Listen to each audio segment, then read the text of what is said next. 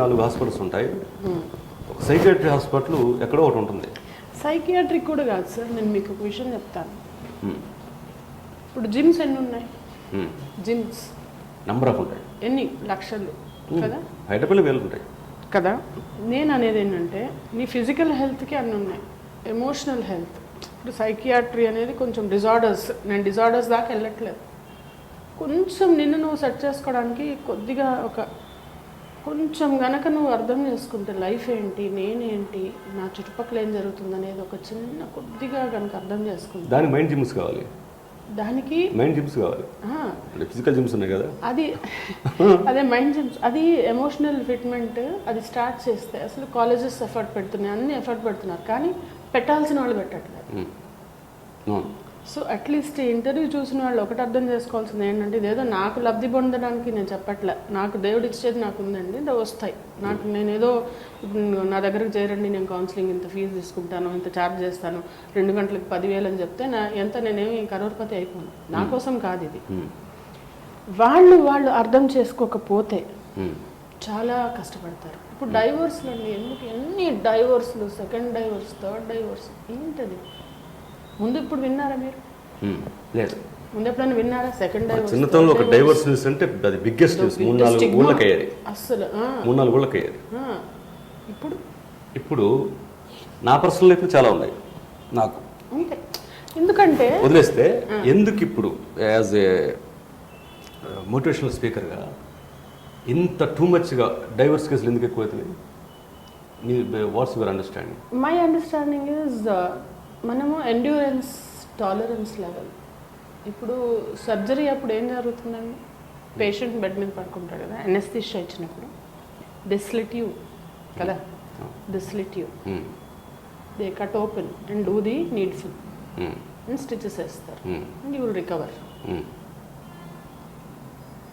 ఏదన్నా మన ఒంట్లో బాగలేనిది ఉంటే మనం we are ready to slit our body. మనకి ఎమోషనలీ అలాంటిది ఏదన్నా ఉంటే what we are slitting? Nothing. You have to slit your emotions and become numb and take out all the dirt from you, or take out all the dead particles, or take out the infection which is causing you, like virus, it is spreading all over, like virus, it is spreading all over in the brain.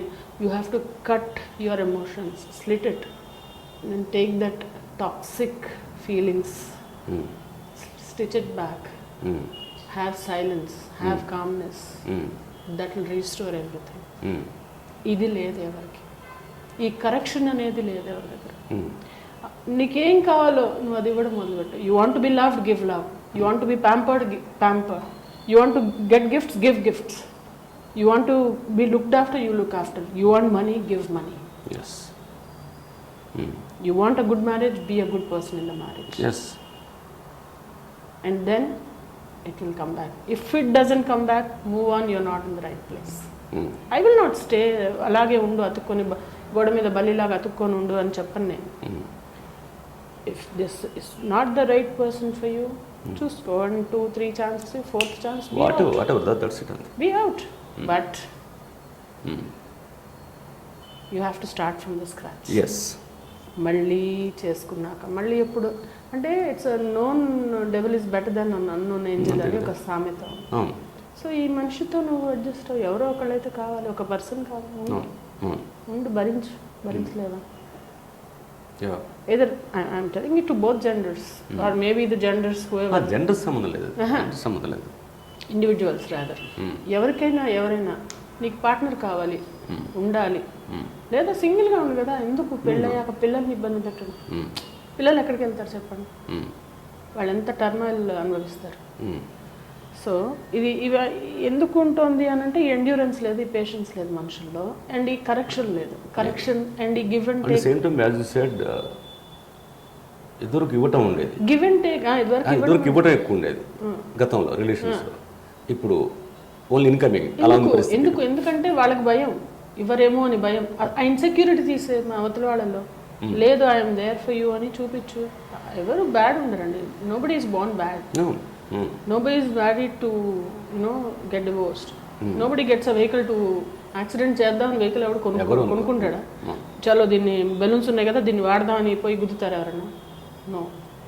It happens.